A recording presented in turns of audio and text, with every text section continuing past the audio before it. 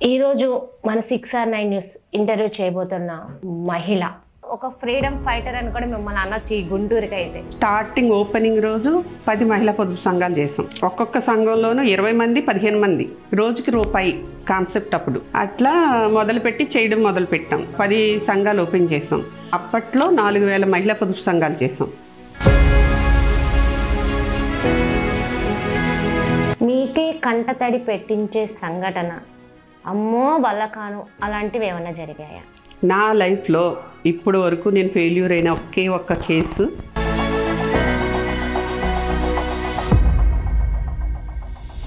స్టేషన్కి వెళ్ళినా కోర్టుకి వెళ్ళినా ఒకవైపే న్యాయం ఉంటుంది. మేము కృష్ణయ్య గారు జడ్జి ఉన్నప్పుడు లోక్ అదాలత్కి దాదాపు 80% కేసులు మేమే చేసామండి.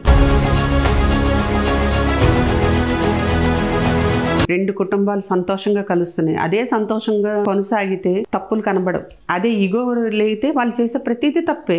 ఇద్దరు వెతుక్కొని తన్నుకుంటుంటే ఈ జంట నాశనం అయిపోతుంది. పేరెంట్స్ని దూరం పెట్టేస్తాం. ఫస్ట్ పేరెంట్సేనండి వాళ్ళిద్దరికి గొడవ కారణం. వాళ్ళు ఈగోని వీళ్ళకి రుద్దుతారు.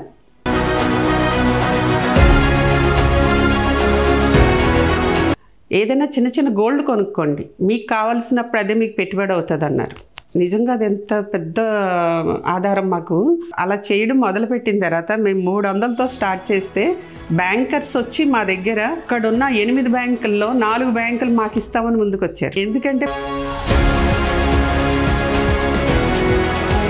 ఇన్ని సంవత్సరాల నుంచి ఇంత వ్యవస్థని ఇంతమంది స్త్రీ శక్తిని ఉన్నప్పుడు ఒక ఎమ్మెల్యేగా కానీ మొన్న ఎలక్షన్ ఎమ్మెల్సీగా కానీ పోటీ చేస్తుంటే ఒక చిన్న పరిశ్రమల శాఖ మంత్రిగా అయ్యి ఉండేవాళ్ళు కదా. చంద్రబాబు నాయుడు గారు ఇచ్చిన సపోర్టే ఈరోజు మేమందరం ఇలా మాట్లాడగలుగుతున్నాం. నాకు స్టార్టింగ్ కార్పొరేటర్గా చేయమని అడిగారండి. తెలుగుదేశానికి ఎప్పుడు నేను కృతజ్ఞతగానే ఉంటాను.